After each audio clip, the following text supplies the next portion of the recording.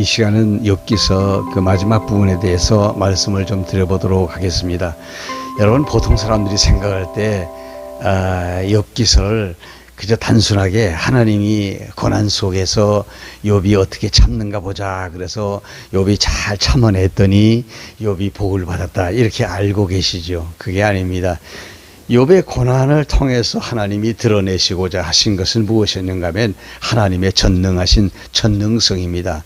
그래서 욥기서의 하나님의 성품 가운데 첫 번째 성품인 전능성에 대해서 노래하는 책이 바로 욥기서다. 여러분, 이렇게 하시면 정확하게 아시는 거예요.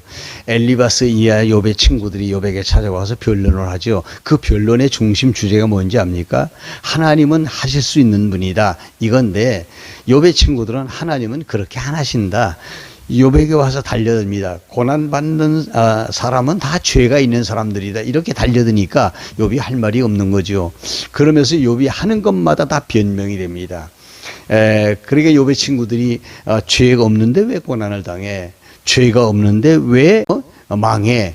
죄가 없는데 네가 왜 고난을 겪는 거야? 그러면서 모든 것은 다 만사가 원인이 있는 거예요. 그래서 이 보통의 가치관, 보편적인 가치관이 인과 응보의 논리거든요.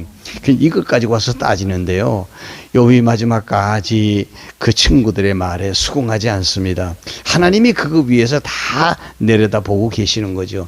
그래서 욥기서가 하나님의 전능하심을 찬양하는 그 찬양시이다, 이렇게 보여지는 거예요. 첫째는 욥은 모든 존재를 주관하시는 하나님의 전능성을 찬양하고 있습니다. 욥기서의 내용 전체가 그래요. 그래서 욥의 고난은 사탄의 공격으로부터 시작되지만 사탄까지도 하나님은 어떻게 주관하고 계시는 분이다, 이게 욥기서의 내용이에요. 사탄에게 행동 범위를 딱 정해줘요.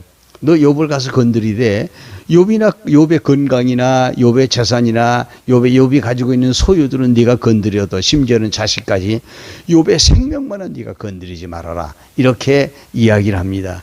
그러니까 사탄이 그 범위 내에서 움직이는 거예요. 그렇기 때문에 벌써 초판부터, 그러니까 욥기서의 서두부터 하나님은 사탄까지 건드리고 계시는 분이시다, 이렇게 우리가 이해할 수 있는 부분이죠. 그래서 하나님의 주권 밖에서 독립적인 존재는 이 세상이나 전체 우주를 통해서 영계나 육계 안에 단 하나도 없다고 하는 것을 말씀해 주시고 있는 그런 내용이에요. 그래서 욥이 말하기를, 욥은 모든 것을 다 잃어버린 자리에서도 주신 이도 여호와시오, 그 다음에 취하신 이 거두신 이도 여호와시니 결국은 여호와 하나님만 이제 찬양을 받으실 분이다. 자기의 모든 소유의 주인은 누구냐? 하나님이시다. 그래서 욥이 그것을 찬양하는 내용입니다. 두 번째는 뭐냐면, 욥기서는요, 모든 세계를 창조하시고 그걸 어떻게 하시느냐? 붙들고 계시고 보존하시는 분이 누구냐? 하나님이시라는 거예요. 누가 붙들겠습니까? 이 지구를 누가 붙들고 있겠습니까? 이 지구 안에 모든 생명들을 누가 붙들고 누가 섭리하시겠습니까? 그래서 욥기서에 보면은 이런 내용이 나와요. 까마귀가 새끼를 이제 까가지고 키우는데, 까마귀 새끼들이 배가 고프니까 막 입을 벌리고 막 그냥 그러고 있습니다. 그러니까 하나님께서 말씀하기를, 까마귀 새끼들이 배고파서 입을 벌리고 있는데 그 입에다가 먹이를 누가 넣어주겠느냐, 그러시면서 누가 그걸 먹이겠느냐, 그런 말씀을 하시는 거예요. 까마귀 애미가 먹이를 찾아다닐 때 먹이를 만나게 해서 그거 입으로 물어다가 지 새끼들에게 먹일 수 있도록 하시는 분이 누구냐? 하나님이시다, 이렇게 말씀하시는 거예요. 자, 그것뿐만 아니라 우리 하나님은 어떤 분이시냐? 바다의 경계를 정해 놓으셨다는 말씀도 나와요. 바닷물이 술렁거리면서 막 파도가 밀려올 때는요, 그 파도가요 집어삼킬 것 같이 밀려오지만 딱 그 해변에 가까이 오면 하나님이 딱 막아가지고 파도를 막지 않습니까? 이걸 가리켜서 파도의 경계를 누가 정했느냐, 이렇게 말씀하시는 내용이에요. 우리 하나님은요, 전능하신 분이에요. 우주의 질서를 정하시고, 예?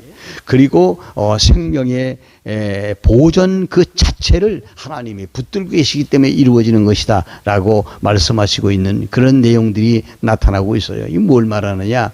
하나님이 지으신 피조 세계에 대한 전체적인 섭리는 전능하신 하나님이 하시고 계시다. 그래서 하나님의 전능성을 나타내고 노래를 하고 있다. 이렇게 볼 수가 있는 것입니다. 인생도 그렇습니다. 민족의 우두머리를 세워서 그 민족의 우두머리에게 총명을 주셔서 나라를 이제 지도하게도 하지만은, 그러나 그 총명을 그 우두머리에게서 하나님이 빼앗아 버리면 들짐승 같이 되어버린다. 그런 내용도 나옵니다. 그렇기 때문에 역사를 주관하시는 것은 다 하나님이 하신다라고 하는 말씀인 거예요. 이스라엘 백성들이 다윗이 나타났을 때 잘 먹고 잘 살았잖아요. 근데 다윗 이후에 나라가 갈라지면서 그 백성들이 어디로 끌려갑니까? 천년 만년 영구히 잘 살 것 같은 나라가 바벨론이나 아수르에 의해서 민족들이 끌려가지 않습니까? 이 모든 역사의 순환이 결국은 하나님의 전능하심 속에서 이루어진다는 얘기죠. 마지막 말씀드려볼 것은 이겁니다. 욥기서는 모든 계획을 이루시는 하나님의 전능성을 찬양합니다. 하나님의 계획이 완벽하게 이루어집니다. 한 가지도 하나님이 실수하거나 하나님이 뭔가를 잘못해서 번복하시거나 이런 게 없다는 거예요. 그래서 저는 하나님은 모든 역사를 당신이 작정하신 대로 이루어 가신다. 저는 그렇게 믿습니다. 성경이 또 그걸 이야기하고 있고요. 장로교회에서는 하나님의 작정하심 속에 예정과 예정을 믿고 선택과 유기를 믿습니다. 사실은 하나님의 전능성을 배경으로 볼 때 이러한 논리들은 맞는 거거든요. 그래서 하나님은 모든 계획을 유감없이 펼쳐가시는 전능하신 하나님이시다. 이거를 말씀해 주시고 있는 거예요. 그래서 욥은 욥기서 42장 2절에서 주께서는 못하실 일이 없사오며 무슨 계획이든지 못 이루실 것이 없는 줄 압니다 라고 하는 고백을 합니다. 인간의 고난도 사실은 하나님의 손 밖에서 일어나지 않습니다. 오늘 저와 여러분들이 당하는 여러 가지 어려움, 고민, 그 다음에 환경적인 고난, 이런 것들이 하나님의 섭리 밖에서 이루어지는 게 아니고 하나님의 섭리 안에 이루어지는 거예요. 그러면 욥이 어떻게 해서 이런 고난들을 이겨나갈 수가 있었는가? 여기 아주 큰 비밀이 있어요. 그 비밀이 뭐냐? 우리도 마찬가지입니다. 그 비밀이 뭐냐? 나는 내가 가지고 있는 이 어려움이 대단히 큰 것인 줄 알았어요. 내가 당하는 이 환난이 대단히 큰 것인 줄 알았어요. 그렇게 하고 그 고난과 그 어려움과 시험과 환난 속에서 허우적거리면서 비틀거리면서 하나님 이럴 바에는 내가 죽는 게 낫겠습니다. 그러면서 욥도요, 자기 생일날, 자기가 이 세상에 태어난 날, 즉 하나님이 자기를 보낸 날을 저주하면서 그렇게 고통을 고백한 내용이 욥기서에 나오거든요. 무슨 얘기입니까, 여러분? 인간은 어쩔 수 없는 존재예요. 그러나 이런 것들보다, 내가 크다고 생각하는 것들보다 하나님은 내 자식보다 크십니까? 하나님은 내가 가지고 있는 이 어려움, 환경, 시험과 환난과 이 즐거워, 이런 이 감당할 수 없는 이런 어려움, 이것보다 하나님은 더 크신 분입니까? 이런 질문을 할 수가 있는 거거든요. 이걸 발견한 것이 욥이라는 거예요. 그래서 결국은 하나님이 주셨다가 하나님이 가져가시는 일인데, 내가 여기 너무 목숨 걸로 매달릴 이유는 없다. 결국은 하나님께서 모든 일을 하신다. 여기에 찬양의 주제가 있는 것입니다. 그렇기 때문에 욥은 전능하신 하나님 앞에 자기 판단을 내려놓고 겸손히 엎드렸다 하는 겁니다. 욥기서 42장 6절에 나오지 않습니까? 그래서 욥기에서 우리가 배울 수 있는 교훈들은 그거예요. 나보다 크시고, 내 인생의 문제보다 크시고, 나의 고난보다 더 크시고, 내가 가지고 있는 소유보다 더 크시고, 그 다음에는 우주보다 더 크시고, 하나님의 창조하신 이 피조세계 어떤 것보다도 위대하시고 크신 분이 누구냐? 하나님이시다. 그 하나님의 절대 전능성과 주권성을 우리가 인정하고 노래할 때 신앙은 완숙한 단계로 나아가게 되는 거죠.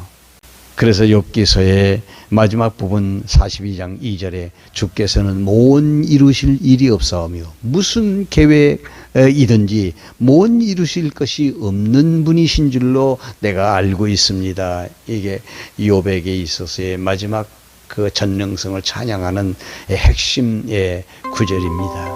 오늘도 주 안에서 승리하시고 하나님 바라보시면서 믿음으로 앞으로 나아가시기를 바랍니다. 다음 시간에 또 뵙죠. 감사합니다. 안녕히 계세요.